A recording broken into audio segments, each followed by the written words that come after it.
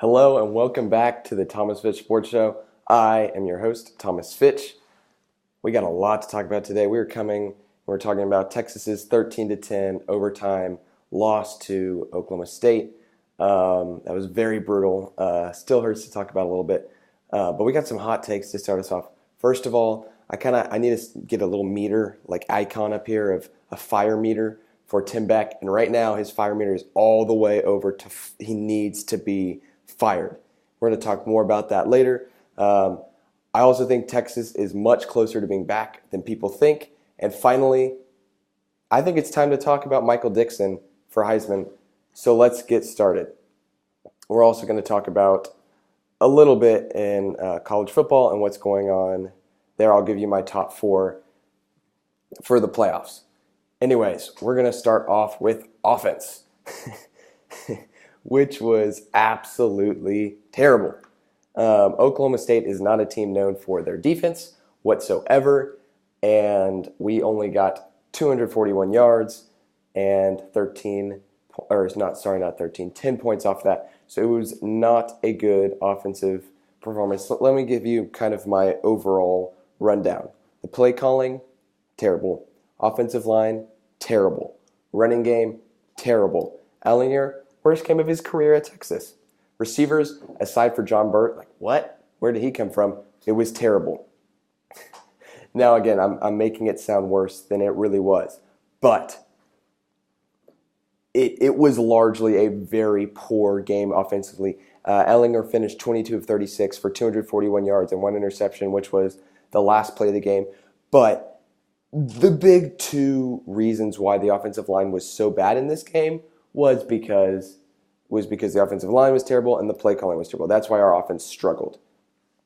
So, and when you look at the offensive line, there's not much you can do to fix that at this point. We are so depleted.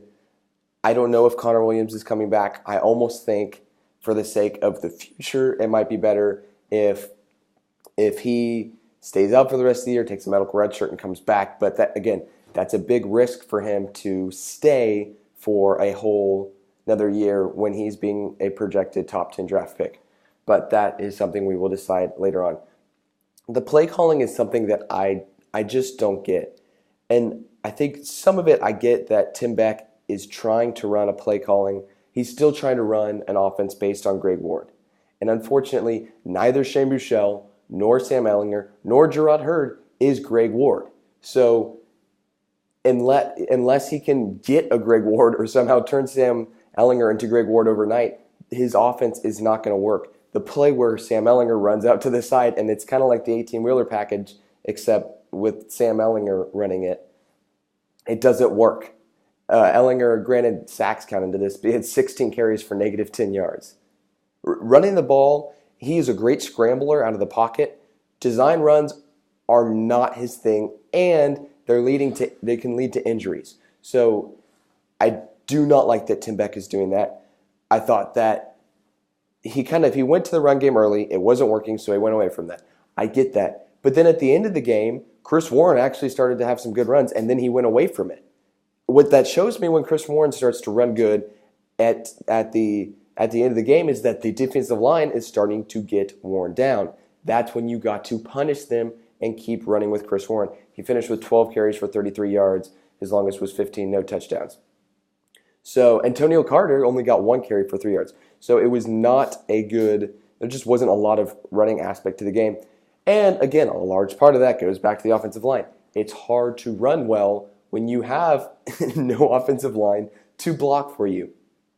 So that is a big struggle. The other struggle, our receivers, again, aside for John Burt, 2 catches, 99 yards. Where is he coming from? Although, of course, the one catch that that's a 90-yard catch was a little screen pass, so he didn't have to actually make a tough grab on it. And he might have stepped out of bounds. We're not going to talk about that. We're not even going to talk about any of the officiating in this game because I don't want to get mad. It's a Saturday night. I want to go to bed. I don't want to be here for 50 minutes ranting. But here's the deal. You look at a lot of our star receivers. Colin Johnson, only 3 carries. Catches. Hemphil Mapps, 2, and granted, he was injured. Lorenzo Joe, 1. Lil Jordan, 1. Meanwhile, guys like Dorian Leonard got 4 catches. And granted, it was tough to get the passing game going, so I understand why not a lot of people got a lot of touches, but Colin Johnson is an incredible athlete, and the fact that he's getting three catches and he wasn't even in the game that much was really disappointing. But the receivers largely, it's tough when your quarterback is having 5 linemen in his face every play, but I thought they were disappointing. The final thing this goes back to the play calling that I thought was really disappointing. And I think against some of this, you got to look at different defenses. So different plays are going to work against different defensive schemes. So I get that. But against Kansas State, we ran a lot of slants, which lets Ehlinger get the ball out of the pocket quickly. And you pick up, 5 yards. It's a very hard play to defend off the ball. And you pick up at least 5 yards. It's an easy pass. It's an easy catch. And then you can have a run after catch. There was none of that really in this game. It was all rolling out, and I get you're getting him away from the linemen because they can't block. But again, if you throw a quick slant, you get away from that. And so when Ehlinger is throwing on the run, he will have guys open who are running left. But if he's running right and the guy's running left and he's having to throw it deep, there's almost no way that he's going to make that pass, especially as a freshman who isn't very developed. And he just looks hesitant to throw on the run because that makes it so much of a more difficult throw. So I didn't like really any of the play calling in this game. We're going to talk later about why Tim Beck should be fired but really shouldn't. But I also want to move on to the defense because the defense really, really did impress me this game. You look at the stats for this game. First of all, and most of the stuff, when I'm talking about scoring, I'm talking about regulation. You hold Oklahoma State, they are the second highest scoring defense or offense in the nation. They're averaging 48.8 points per game. You hold them to 10 points in regulation. They're also the best offensive team as far as yardage goes, averaging 610 yards per game, which is an incredible number, and they only had 428 yards. So, and again, you look at even 428, that's a lot to give up, to only give up 10 points. And I think that also shows that our defense did a good job of shutting down Oklahoma State in the red zone. And I think, again, I'm sorry I missed last week after the Oklahoma State game, or the Oklahoma game, but even in the first half when we were down 20-0, it could have been a lot worse, but the defense actually played decent in the red zone. And I think our defense has been very exceptional in the red zone compared to how they've played until the team gets there. So that's impressed me. But going back to this game, second best scoring offense, best overall offense, and you hold them to 10 points in regulation. That is absolutely unheard of. And Deshaun Elliott, I saw it on his Instagram. He posted a video from College Game Day where Desmond Howard and all of those guys are going, Texas has no chance in this game. The secondary got burned up against Oklahoma. This is a terrible team. Well, they just held Oklahoma State to 10 points. So they might be biting their words a little bit. They should have been saving their criticisms for Tim Beck and the offense. But I think personally in my life, this is the best defensive performance I've seen us had since 2009, back in the good old days when we were winning or at least competing for national championships. One thing, a couple impressive things on defense, but there were very, very few missed tackles. And that was one thing that really impressed me about the game was when we had a guy in the open field, we didn't miss him, but maybe once Malik blew a couple, but I'm not going to get on Malik because he had a heck of a game, and we'll get to him briefly. But it was a very disciplined Texas team that was flying all over the place, that was wrapping up, wasn't missing tackles, and that is something we have not seen since Colt McCoy left Texas. We have not seen a defense that has been able to consistently, throughout a game, tackle well in the open field. Anywhere where we have a guy, we tackled well. And so I think you look at Herman's development from the Maryland game where it was just terrible. And I talked about that earlier, I think, or earlier in an earlier podcast. A lot of that was missed assignments, but you watched even the first half of Oklahoma. That was the worst tackling performance I think I've ever seen us have, to this being one of the best tackling performances I've ever seen us have. So I think in a small little study or whatever focus point, Herman is good at improving the team.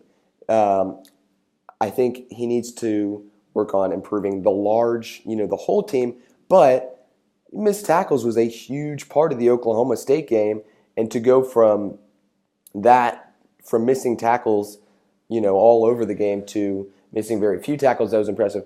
A couple guys I want to shout out who had really good games. Holton Hill, that guy was flying all over the place. So many of those DB tackles just going for the leg. I mean, he was throwing his whole life into everybody's shin. I'm surprised nobody broke a leg because he was flying around. And I mean, it really felt like our players just like had glue on them. And the second they touched a defender, they weren't letting go.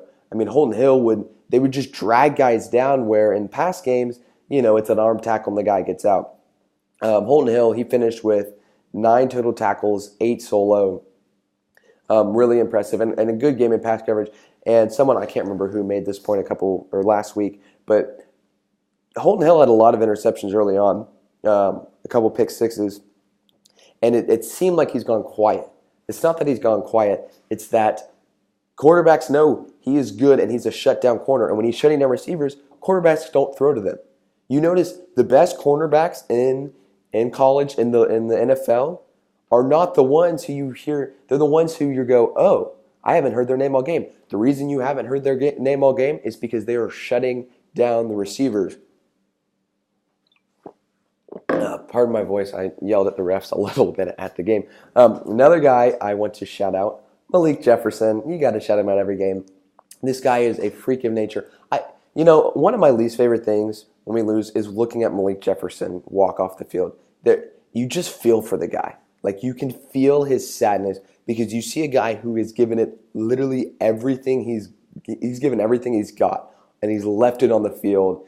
And especially in a loss like this where so many things could have happened to where we could have won, it hurts to see him like that. But he ended up 14 total tackles, 11 solo, and he was just flying around everywhere. He did have one missed tackle. I'm sorry I have to bring that up. But other than that, it was incredible. He was flying around. He was, I've said this in past podcasts, but if you ever just want to enjoy something, just watch Malik play defense. Just watch him. Don't watch the whole thing. Watch him because he is running back and forth. He's got such a good football IQ. He is so athletic because he will get from one end of the field to the other and back, just following the ball, following the quarterback. And it's a shame he's doing so good because since he's only a junior. I think he'll be a top 10 draft pick, and he only has a couple games left with us on the 40 acres, which is a shame, but that's good for him. He's worked on it. I think he may. I think it's hard for him to solidify a legacy because freshman year was really good, but then sophomore year he kind of slumped off. But this year has to go down as, from what I've seen in my lifetime, and again, I don't remember much of the Gloria days of Texas, but one of the most impressive defensive players I've ever seen play for Texas in my lifetime. The athleticism, the heart, the grit that he shows, and his tackling in this game was incredible. I think the team finally learned what wrapping up was. And the last name I want to shout out, we're almost out of our 15 seconds, or 15 minutes that the podcast thing I used to record, but we'll just go to a part 2. But Brecken Hager, he had a really, really good game. Only 3 tackles, but they were all solo. But he had 2 sacks, and he's another one of those guys who's so much fun to watch because he's just flying in there. He's got the hair, which is so much, really athletic player. So it's good to see he's getting more time. We got to wrap this one up.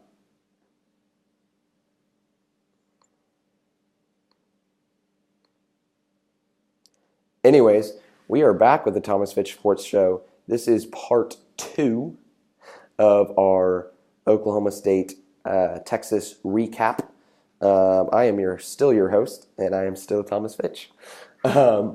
Anyways, so finishing up talking about Breckenhager, these are just 3 of the guys because everybody. Last week or 2 weeks ago, I did my stars of the game, and the whole defense gets that. Chris Boyd, he still got blown by a couple times, but overall he played very well.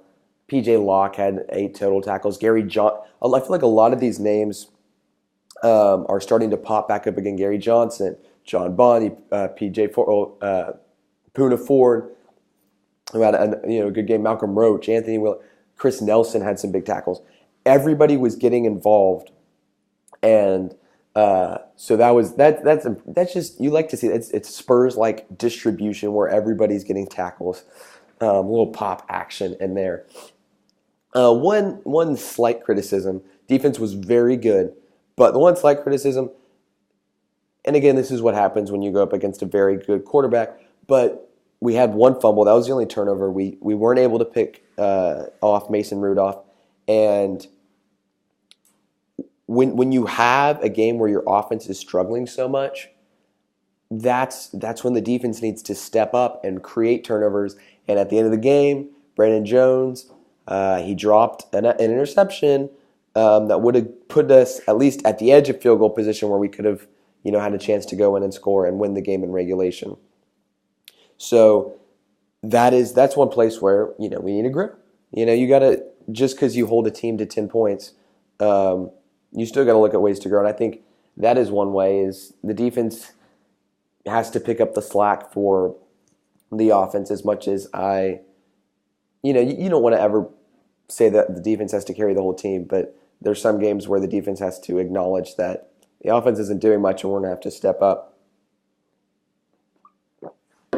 Let's go back to the hot takes. The first one was that Tim Beck should be fired. And here's the deal. I want him to be fired. I hate his play call. Aside for Kansas State, his play calling has been awful. And every game I walk out and I go, he needs to be fired. However, as much as I say that, I don't think he really should. And the reason why is there's just, and you got to look at, when you have a program who's bringing in so many talented players, you're getting the best coaches, you're a university that can afford good, the players have a good experience, they have top of the notch facilities. Why isn't this team winning? And you got to look at ways. And I think one big thing that hurts you is a lack of continuity among your head coaches and your position coaches, and especially position coaches, because those are the ones who develop your more specific schemes. And if you keep bringing in a new offensive coordinator every year, that's more stuff everybody has to learn. Whereas you keep them in there, now you bring in a new offensive coordinator, and Sam Ehlinger is basically having to go in essentially as a freshman next year to a new system. And it's one thing if you get someone who's really good. And I don't doubt that Tim Beck is a good coordinator. You look what he did at Houston. He did an incredible job there. I think he just needs to try to develop Sam as Sam and not try to develop Sam as Greg Ward or as J.T. Barrett. And I think sometimes coaches need, there's a good quote. Pop was talking about this, talking a little basketball, but talking about LaMarcus, who really struggled since he's come and joined the Spurs. And Pop this offseason said he took the blame and said it's my fault because I tried to make LaMarcus into a different player instead of letting him be his own player. And I think Tim Beck needs to do the same thing, and he needs to let Sam be his own player and quit trying to turn him into Greg Ward. So as much as I want to see him fired, I don't want to see him fired. The other thing is Texas is a lot closer than I think people realize, especially after this loss. Just imagine this for a second. Imagine Texas with a good offensive line. Just think about that. Imagine Connor Williams isn't injured. No We have our starting offensive line from the beginning of the season. Imagine we probably beat USC. We probably beat Oklahoma. We probably beat Oklahoma State. And again, you can't live in this what-if world. I get that. But just imagine, we could be 6-1 with a crappy offensive line. We could still be 6-1. We've had chances to win all these games. And so the pieces are all there. And I think in the past couple of years we're strong. We've kind of had pieces kind of spread out. I think the pieces are finally being brought together. And if Herman wants to solidify his role as a good coach, I don't think it's this year, but by next year, he needs to start connecting the pieces and finally building this puzzle into a great university again. Make Texas football great again. There we go. Sorry, it's late. But, that is, I think the pieces are finally in place for him to build a great team. It's going to be huge. The team's going to be huge. It's going to be great. Believe me. I really apologize. The other thing, before I talk about Michael Dickson for Heisman and president and whatever he wants, Herman also, part of putting the pieces together is locking down Todd Orlando, the defensive coordinator. Because you look at an offensive coordinator who can hold the number one offense in the nation and the second scoring offense in the nation to 10 points in regulation, his name is automatically out there. Tennessee's looking at them. A&M if they fire Kevin Sumlin or any other team. Todd Orlando has to be way up there on the wanted list. So Herman's going to have to do something to lock him down, but that's going to be really tough to do. Let's go to my favorite player on the team. I did start multiple MVP chants. Somebody tag Michael Dickson in this. That'd be really cool. I always comment on his pictures, a bunch of goats. He's the best punter Texas has ever had. I'm just going to say that. He had 11 punts for 560 yards. He had more yards of punting than, please say this math checks out. I'm doing quick math in my head. He had more yards of punting than Rudolph or Ellinger had combined of passing. So just get that into your mind. That also speaks to how bad Texas played. But that's an average of about 50 yards per punt. But you also have to take into account the fact that he was often punting from, midfield, where your goal is not to kick it as far as you can. Your goal is to pin him into the 20. And he had 5 punts that were inside of the 20. He had at least 3 punts that went over 60 yards. And the longest was 66.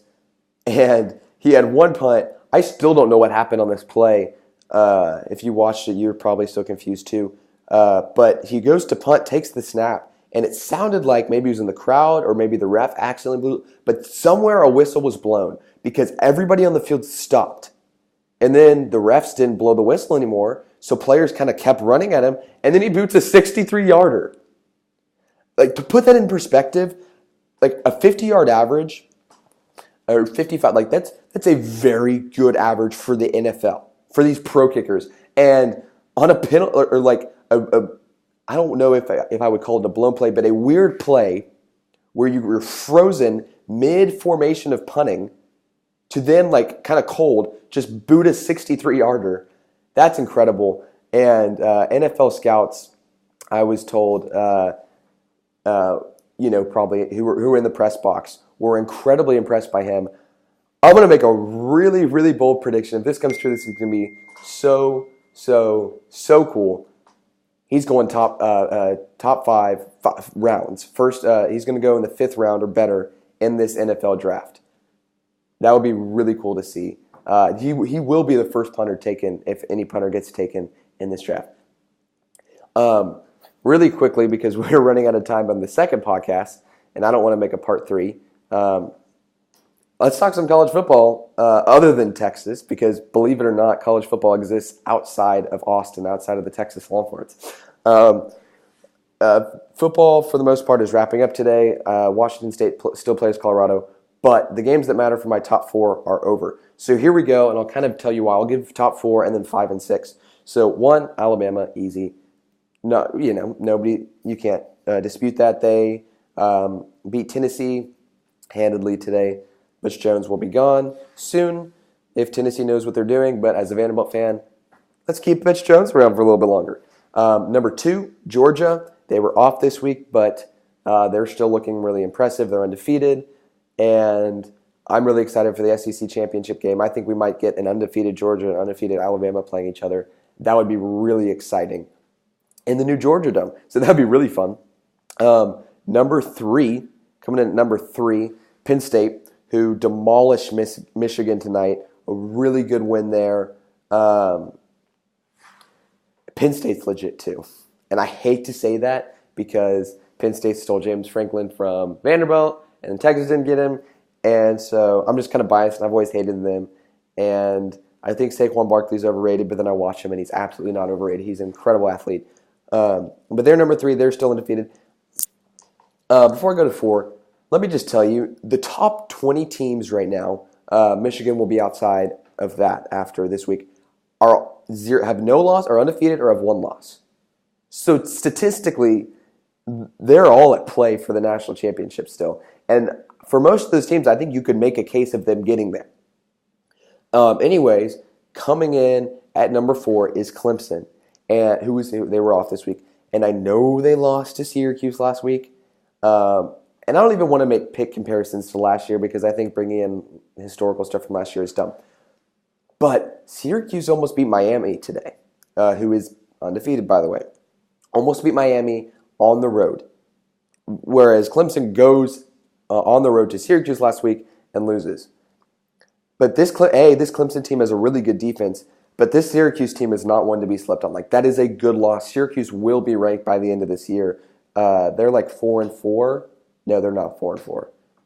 Whatever they're, but like they will be ranked by the end of this year. They're a very good team. So my 5 and 6 teams who just missed out. I'm not on the TCU bandwagon by far, or by any stretch of the imagination. So they're not going to be there. But my number 5 is, believe it or not, it's Notre Dame. Notre Dame, who they absolutely dismantled USC today. Their 1 loss is to Georgia by 1 point. A very, very good Georgia by 1 point. So I think it would be crazy, absolutely crazy, to not have them up there, or at least not believe that they can contend. But I think they're a really good team I think they're developing into a team that could. They have NC State next week. They still have. Now I'm blanking on who they have left. I know they have Stanford left. NC State next week. They have another top 25 opponent also to play. So they still have a lot of chances to prove that they belong in the college football playoff. Number 6, I think, is a tough team. They have Miami left. So that'll be a good game to kind of see who belongs in there. Number 6, I would put Ohio State. I think they're a hard team to gauge because they lost to Oklahoma, who also still has a chance to make the playoffs. But I think Ohio State is a very veteran team, veteran leadership, good defense. They play Penn State next week. So again, I think a lot of these ambiguities, these questions we have answered, are going to be answered in the next couple weeks. We have a lot of great college football that I'm really excited for coming up. But I would have them in my top 6 for now. And again, that's leaving out an undefeated Wisconsin, undefeated TCU, undefeated Miami, because I don't buy into those programs yet. That doesn't mean I don't think they'll make it. I don't buy into them yet. I like Ohio State's strength of schedule better. I like Notre Dame. Notre Dame has a very strong strength of schedule. Georgia and Alabama obviously do because they're in the SEC, and that somehow gives you a really good strength of schedule. But like Georgia played Notre Dame. Penn State is going Michigan, and then Ohio State, and then Michigan State, I believe, in back-to-back-to-back weeks. So they're getting tested. And so, yeah, that's my top 4, 6, whatever. Anyways, we're running out of time, but thank you so much for joining me from the Thomas Fitch Sports Show. I'm Thomas Fitch. I'll see y'all next week.